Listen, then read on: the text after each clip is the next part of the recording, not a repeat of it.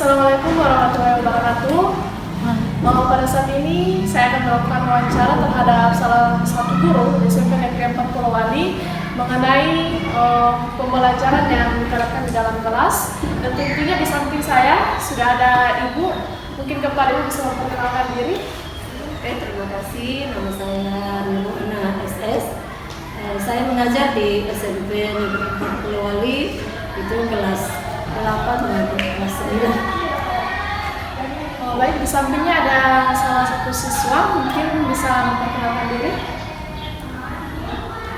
Nama saya Siti Sarana Ramadhani, saya dari SMP 4 kelas 8E.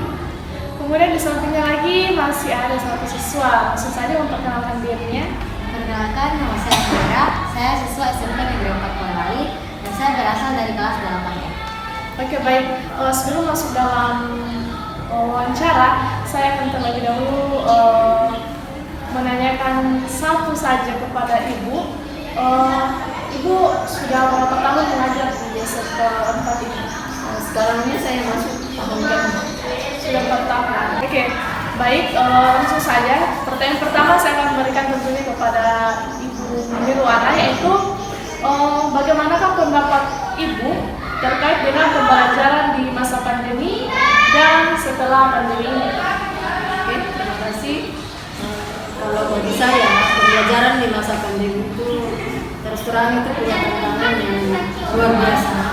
Mengapa? Karena terutama bagi kami yang mengajar di kelas 7, kita kan tidak pernah ketemu dengan anak-anak secara langsung. Jadi otomatis hubungan emosional antara guru dengan anak itu tidak pernah terjalin. Dengan demikian, si guru harus lebih cerdas mencari trik dan cara supaya anak-anak pada masa pandemi itu tetap untuk semangat belajar. Setelah kita melewati masa-masa pandemi dengan belajar secara daring, mungkin pada saat sudah memasuki sekolah dengan pembelajaran tatap muka atau setelah pandemi, bagaimana dalam proses belajar pandemi? Oke, di awal kita meninggalkan pandemi, alhamdulillah kita mengucap syukur karena akhirnya masa pandemi terlewati dengan tidak begitu lama, tapi sesungguhnya ya termasuk sangat lama karena sampai tahunan. Anak-anak di awal-awal pembelajaran tatap muka itu ya susah sekali untuk mereka hadir secara 100%. Mungkin karena ini pengaruh masa pandemi. Tapi lambat laun dengan usaha yang keras kita tetap menghalau anak-anak untuk tetap masuk sekolah. Bahkan kita sering kunjungan rumah bagi anak yang sampai 2-3 kali belum muncul setelah pembelajaran offline, itu para guru mendatangi. Kalau bukan wali kelasnya tentu saja bersama dengan PK. Tapi itu tidak terlalu berlangsung lama karena akhirnya anak-anak dan orang tua diberi pengertian bahwa pandemi itu sudah tidak ada.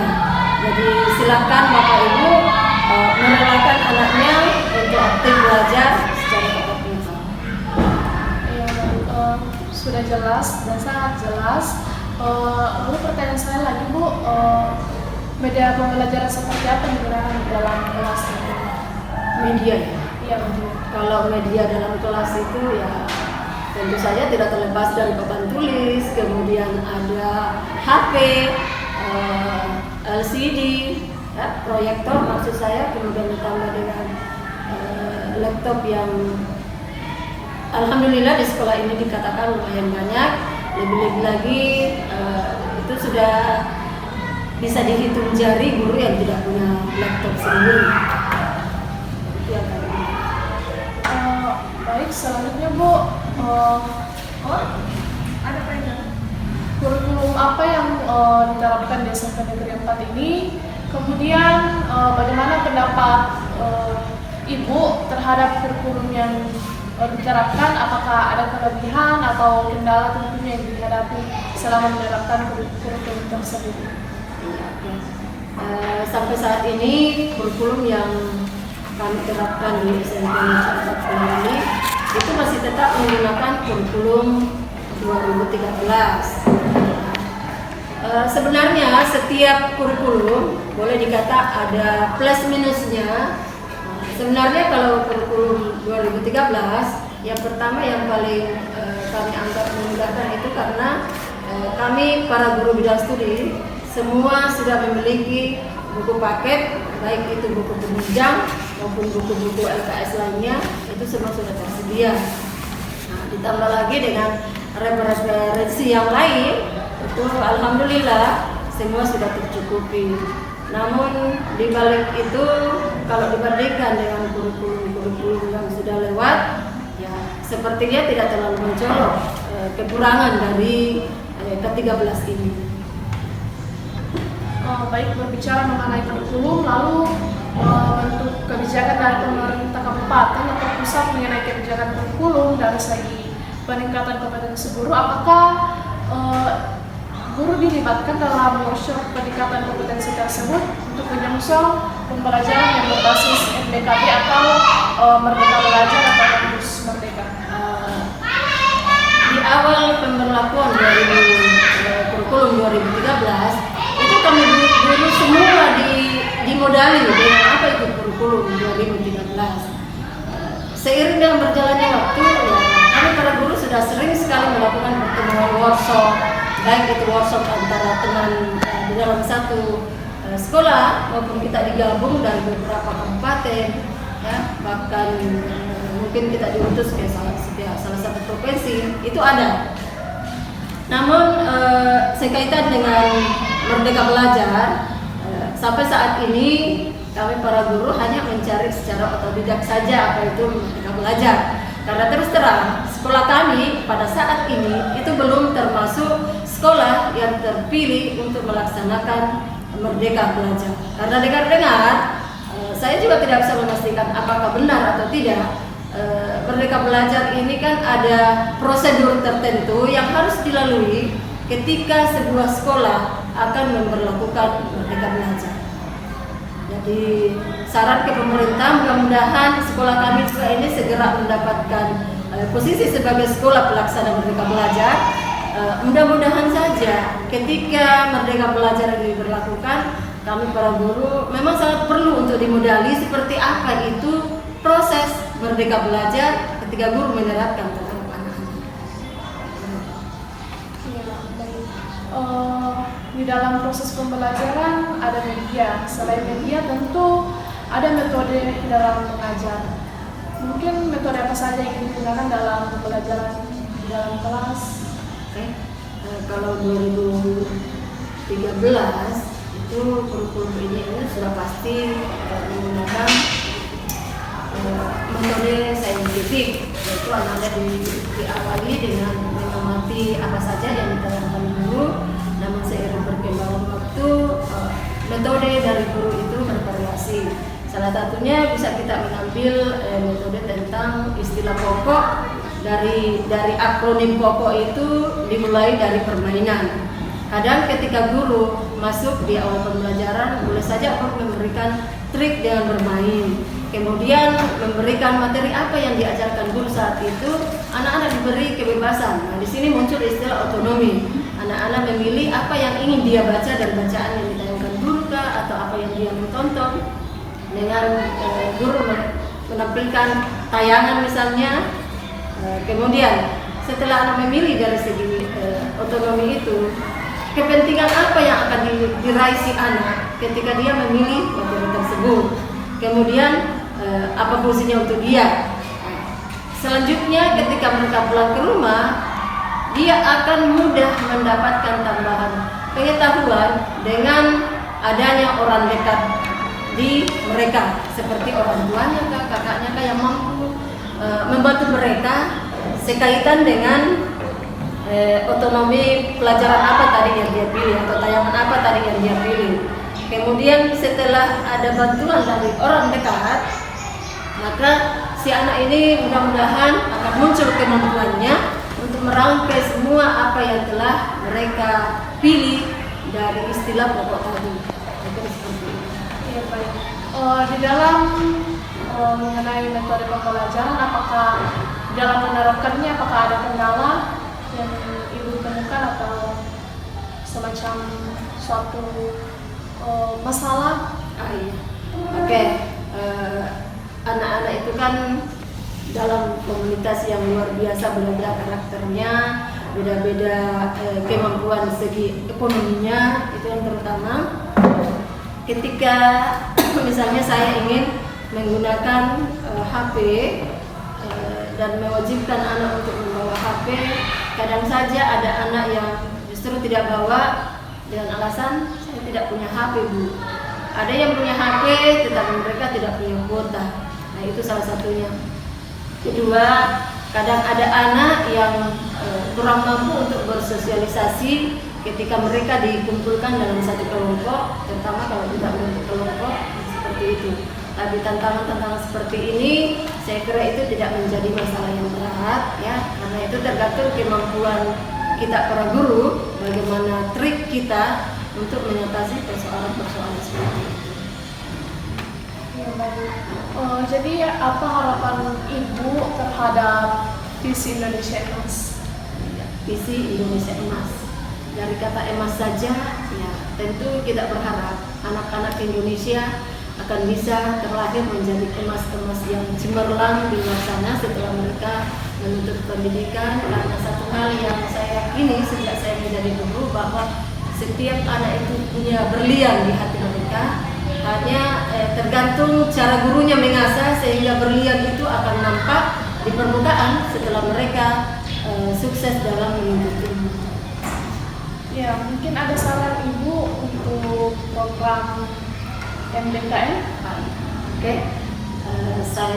Saya pribadi sih, yang pertama sekali saya mengharap kepada pemerintah atau pihak terkait dalam hal Merdeka Belajar ini, supaya kami para guru terlebih dahulu harus diisi ilmunya dulu ya, kemudian kami mampu menerapkannya. Jadi alangkah baiknya kalau Merdeka Belajar ini punya program tersendiri, guru lah yang diberi pelatihan terlebih dahulu, guru yang diberi workshop terlebih dahulu, karena jangan sampai anak-anak lebih cerdas dari kami para guru. Itu juga tidak diinginkan. Tapi kalaupun akhirnya seperti itu, apa istilahnya ya, pegangan saya sejak menjadi guru, bahwa guru itu adalah siswa yang terbaik. Artinya guru itu tidak pernah akan berhenti belajar. Jadi guru harus lebih jauh-jauh belajar sebelum dia membelajarkan anak-anak didiknya. Saya kira itu. Ya, berbicara mengenai generasi emas, lalu bagaimana cara seorang guru tentunya secara pribadi atau upaya yang dilakukan dalam mendidik siswa agar berprestasi? Ya, yang itu tadi tetap memotivasi anak-anak untuk semangat belajar, ya. Anak-anak kita dikali dengan karakter yang punya jiwa tanding, karena ini yang paling utama ya. Kadang anak cerdas, tetapi ternyata kemauannya untuk melejit prestasinya itu tertutup.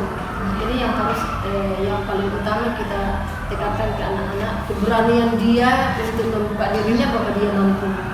Ya, apalah artinya anak-anak yang luar biasa prestasinya, tetapi ketika dituntut untuk ikut sebuah kompetisi ternyata dia tidak mampu, itu kan tidak ada artinya. Jadi dengan kata lain, karakter anak ini dulu yang harus kita betul-betul tanamkan supaya dia punya rasa percaya diri, ya, dia mampu tampil di depan. Akhirnya apa yang kita harapkan, mudah-mudahan ilmu yang dia punya, kecerdasan yang dia punya, mampu dia tampilkan dimanapun dia berada. Ya, baik, untuk wawancara saya terhadap Ibu beberapa pertanyaan, saya akan beralih kepada siswa. Mungkin untuk pertanyaan pertama saya akan ajukan kepada adik Humaira. Mungkin bisa agak seru nih supaya ya kepada adik Humaira. Baik, langsung saja. Apakah Anda mengetahui bahwa di SMP Negeri 4 ini kurikulum yang diberlakukan adalah kurikulum 2013? Sudah tahu ya tentunya. Jadi menurut adik kurikulum 2013 ini apa? Seperti apa? Atau definisi menurut adik sendiri? Kurikulum 2013 ini pembelajarannya itu juga dia seperti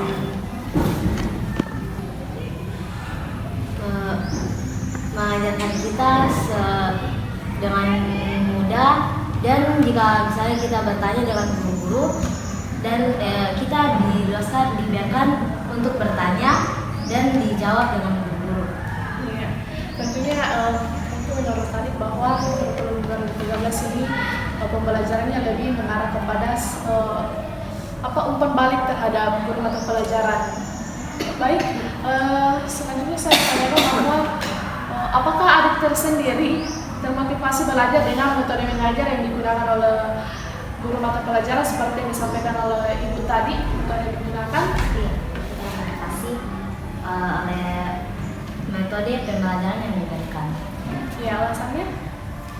Karena metode pembelajaran yang diberikan oleh guru-guru itu bukan hanya diberikan pembelajaran, namun juga diberikan oleh penjelasan dan pengertian yang diajarkan. Terus media dan teknologi pembelajaran yang digunakan oleh guru? Seperti laptop, komputer, proyektor, dan handphone. Iya, begini handphonenya persis. Baik, pertanyaan saya selanjutnya mungkin saya akan lemparkan atau berikan kepada adik Siti Sarah yang ada di tengah. Baik, langsung saja. Menurut adik, bagaimanakah cara atau strategi agar adik sendiri dapat mempertahankan prestasi belajarnya? Dengan mempertahankan prestasi belajar saya akan mempelajari semua pelajaran lebih giat lagi dan tidak bermain dalam soal pelajaran. Iya, jawabannya cukup singkat, padat, dan sangat jelas. Baik, apakah adik juga senang dengan pembelajaran yang diterapkan oleh ibu di dalam kelas?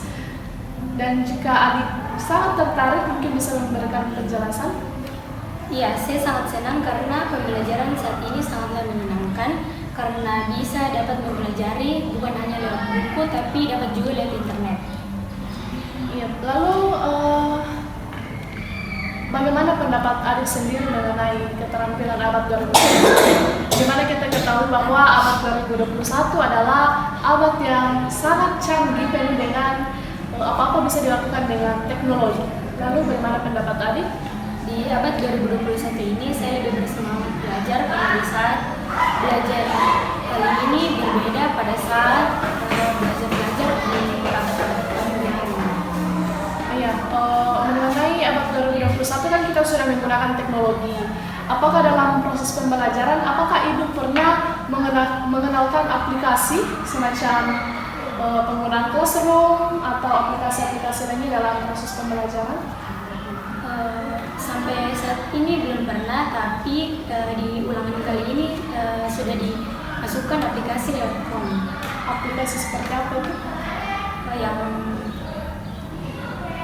Example bukan? Oh, intinya semester kali ini sudah ujian semesternya menggunakan aplikasi ya? Iya. Lalu pertanyaan saya mungkin mengarah ke dua-duanya. Mengapa sekolah itu penting? Karena dengan kita sekolah, kita dapat menambah ilmu dan kita juga dapat menambah wawasan dan pelajaran-pelajaran yang lain. karena sekolah saya bisa mendapatkan ilmu yang saya tidak ketahui, sekarang menjadi saya mengetahuinya karena bersekolah. Ya, baik, itu saja wawancara saya hari ini kepada ketiga narasumber. Terima kasih banyak kepada Ibu, kepada adik-adik siswa. Kiranya apa yang telah diberikan kepada saya dapat menjadi bekal untuk saya di masa depan. Tentunya kepada adik-adik yang baru akan memasuki jenjang sekolah lebih atas. Baik, itu saja. Saya akhiri dengan Assalamualaikum warahmatullahi wabarakatuh.